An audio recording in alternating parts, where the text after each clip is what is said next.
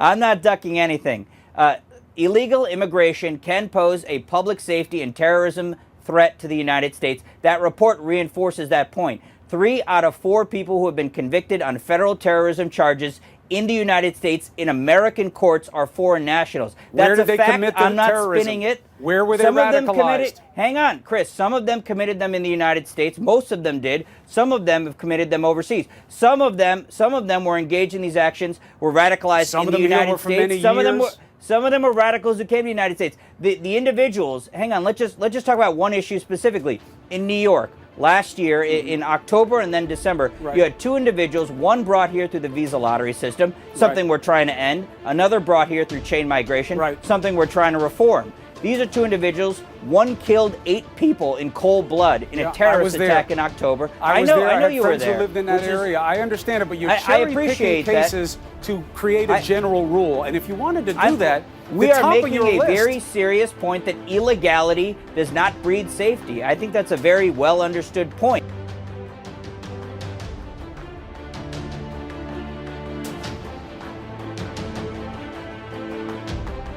Hello everyone, welcome back to another episode of the Let's Talk Headlines series. I'm your host Jay, and this is The Objective. I want to thank you so much for tuning in to the 40th episode of the Let's Talk Headlines series. I'm always happy and humble and grateful to have you here. Thank you so much for the support that you continue to give. Guys, important information before we get the episode started.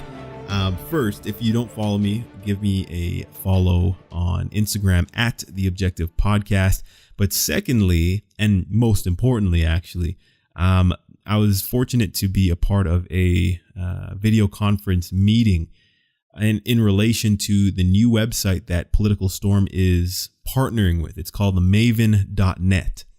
Okay, so I want you guys, we're doing a transition right now, but I'll be posting my content and I'll have my own channel on www.themaven.net/politicalstorm. So I encourage you, it's right here somewhere in this general area.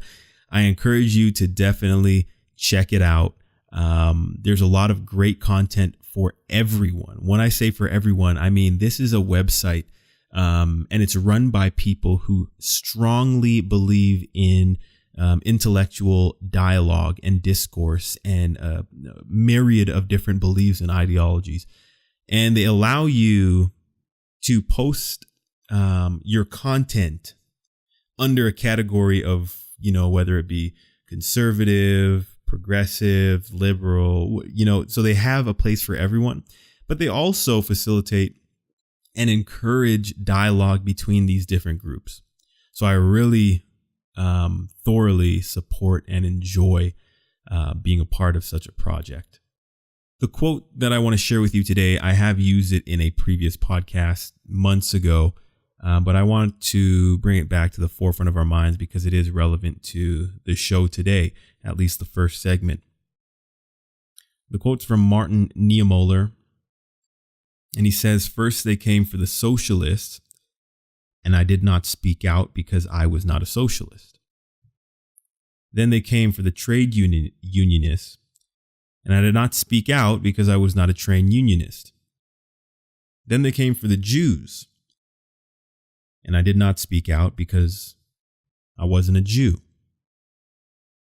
Then they came for me, and there was no one left to speak for me." I'm going to tie that into this segment here. There was a bombshell that dropped in the laps of Congress.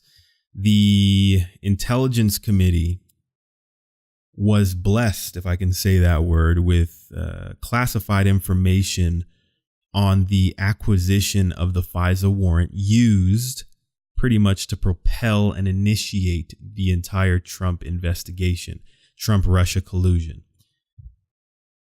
I wrote an article on this, and I implore you each to check it out. I'll have it in the bottom, the description box. So just open up that tab, and I'll have a link there for you to read the article. It's called "The Truth Lies in the Dossier." And in that article, I pretty much outlined what it takes generally speaking, to obtain a warrant. And basically alluding to the fact that if the government purchased, if the FBI, we know the DNC for a fact, purchased this opposition research from a foreign member. And basically, like I was saying, if the Democrats, the DNC, the FBI, if they purchased this opposition research and used it knowing that it was salacious, knowing that the claims were unverified, if they used this to obtain a warrant to spy on the president, surveillance, then that's something that we should all be extremely, extremely cautious of and concerned about. And obviously, we're going to cover this as time goes on, and it's still classified. These documents are still classified, but the reason why I'm speaking about this today is because the representatives that obtained or that are privy to this information, they were speaking of their concern. They're speaking of their. Let me actually pull up some of their quotes. And mind you, there was a vote to release the memo that had all this information, and the Democrats voted against making it available to all members.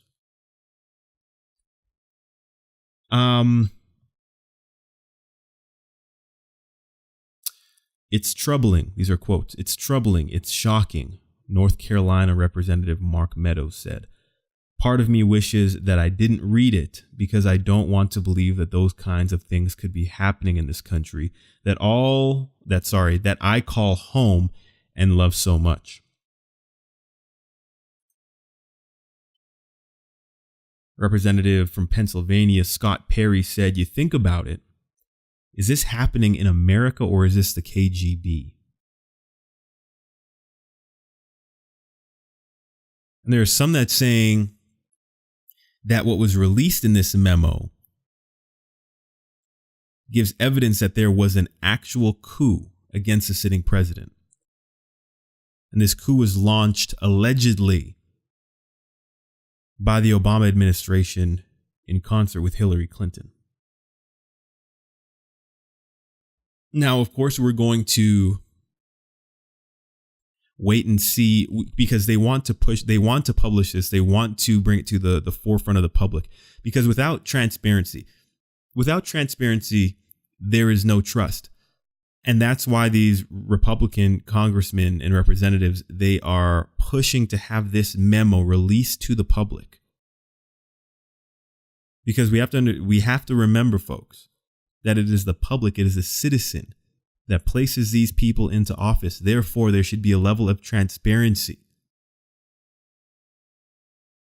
The people should be privy to the abuses, the unconstitutional actions that are taking place.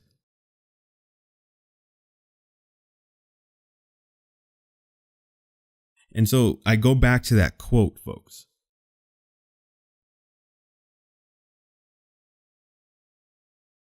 First, they came for the socialists, but I didn't say anything because I wasn't a socialist.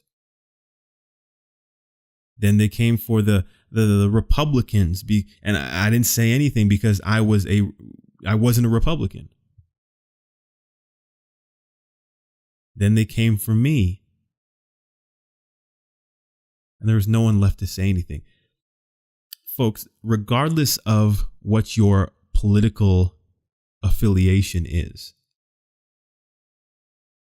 we should be able to draw that line and rise above politics when it comes to a travesty of justice.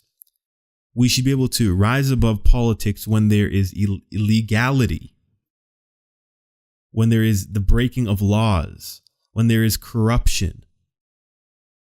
Because politics is a blood sport. There's going to be opposition research. It's going to be smear campaigns. They're going to be looking through your life for racist comments, for infidelity to your wife, to your spouse. It's a blood sport. You're going to get smeared. But there is, I'm not going to say I think, there is a difference between dirty politics and criminality. And what we're dealing with here and what's being revealed, and again, I refer you to my article, The Truth Lies in the Dossier, links in the description. We have to be very careful to make that differentiation and not to turn the other way, not to marginalize or undermine criminality. Because it's not you today, but one day it will be if you continuously lower the standard. So I'll be sure to keep you all posted because I'm extremely interested in what takes place here. So I'm extremely on the ball when it comes to this story. Sarah Huckabee Sanders was answering questions from journalists at one of the White House press briefings, and the merit-based immigration system came into question. And what one of the journalists was insinuating was that immigrants from certain countries, minorities, they don't benefit from a merit-based system. And I find that offensive. Merit has no color. Good character has no race. And the race baiting is at an all-time high when the conversation of immigration comes up. And the difference between illegal immigration and immigration, the line is usually blurred. And that basically is at the undergirth of these leftist argument. They're saying that if you're against illegal immigration, you're a racist and you're against immigration. That's a gross misinterpretation. It's a false equivalency. So let's make the record clear. A merit-based system benefits anybody with good merit. A merit-based system benefits anybody who applies himself and is willing not to come to the country and just jump on welfare, but to come to the country, get a job, start a family, put back into the economy. And I was watching Chris Cuomo last night while I was doing my dishes, and Raj Shah, I believe his last name is. He said, illegality does not breed safety. And that was one of his points that really resonated with me. Because there's a whole bunch of anecdotes that you can use. You can, like Chris Cuomo was saying, he was like, well, what about this guy and his family? He's been in this country for so long and now he's going to be deported. What about this guy? A bunch of anecdotes. But what I appreciated about what Raj said is that he basically had a principle. And this principle was that illegality does not breed safety. So yes, there are different stories, people's life stories that you can sympathize with and you can empathize with. But at the end of the day, you don't make policy off of anecdotes. You make policy off of principles. I like that. I should write that down.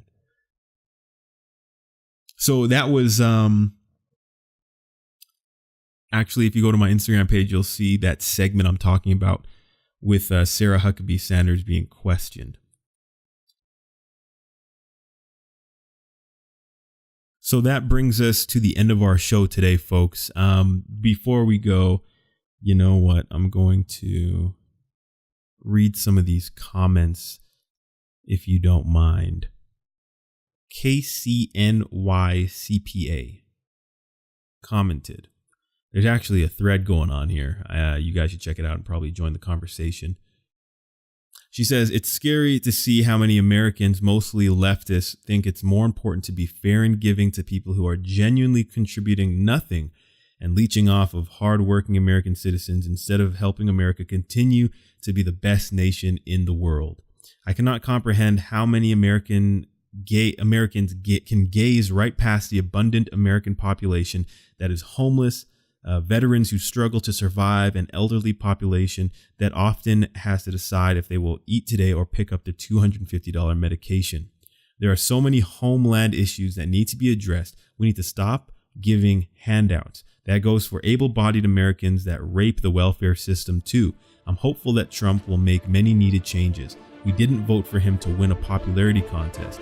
This country needs to learn to stick up for itself and stop enabling S-hole countries that couldn't care less about Americans. Wow. Awesome comment. I really appreciate that. Definitely check out the thread. Jump in there if you'd like. But again, folks, this is the end of our show. Thank you so much for sticking around and supporting. Hit that like button. Subscribe if you haven't. And most importantly, folks, above liking, above subscribing, make it your goal to be objective. Have a good night.